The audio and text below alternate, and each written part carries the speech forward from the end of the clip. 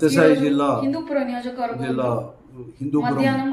దాదాపు పట్టణంలో 3:50 వైఎస్ఆర్ కాంగ్రెస్ పార్టీ కార్యాలయం పైన టీడీపీ తెలుగుదేశం కార్యకర్తలు దాడిని ఒక 50 నుంచి 70 మంది వచ్చి దాడి చేయడమే కాదు ఆడ ఉన్నటువంటి లీడర్స్ మరియు పిల్లలు ఎవరైతే ఉన్నారో వాళ్ళపైన దాడులు చేసి వాళ్ళ షర్ట్లని చింపి వాళ్ళకి ఎందుకంటే సీసీ కెమెరాల్లో బెదిరింపులు వేసి రికార్డ్ అయి ఉన్నాయి. వెంటనే